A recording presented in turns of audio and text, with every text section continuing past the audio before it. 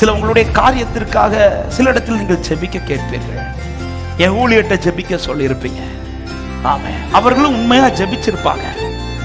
அப்படி ஜெபிச்ச பிறகும் காரியம் நடக்கலன்னு சொல்லிட்டு காரியத்தை ஒதுக்கி வச்சிடாத.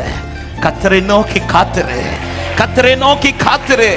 உன் வேண்டுதலுக்கு கர்த்தர் பதில் செய்ய அவர் காணப்படுவார் என்று பதில் வரலன்னு சொல்லிட்டு காரியத்தை ஒதுக்கிறாத. கர்த்தர் பார்த்துக்கிறே செய்வார். ஆண்டவர் ட்ரை எல்லாம் பண்ண மாட்டார். செய்தி அதுதான், ட்ரை எல்லாம் பண்ண மாட்டார்.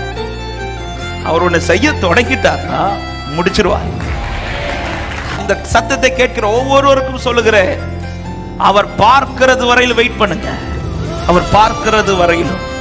ஆமா, இத்தனை நாட்கள் ஜெபிச்சு பார்த்துட்டேன், பாஸ்டர்ட்ட சொல்லி ஜெபிச்சு பார்த்துட்டேன், அநேகர்கிட்ட சொல்லி ஜெபிச்சு பார்த்துட்டேன். இப்படி சொல்லி அந்த காரியத்தை நீங்கள் மறைத்து வைத்து விடாதீர்கள். இல்லை, இனி இந்த காரியம் எனக்கு நடக்க வாய்ப்பை இல்லை என்று சொல்லி அதை ஒதுக்கி வைத்து விடாதீர்கள். இயேசு பார்க்கிறது வரை வெயிட் பண்ணுங்க.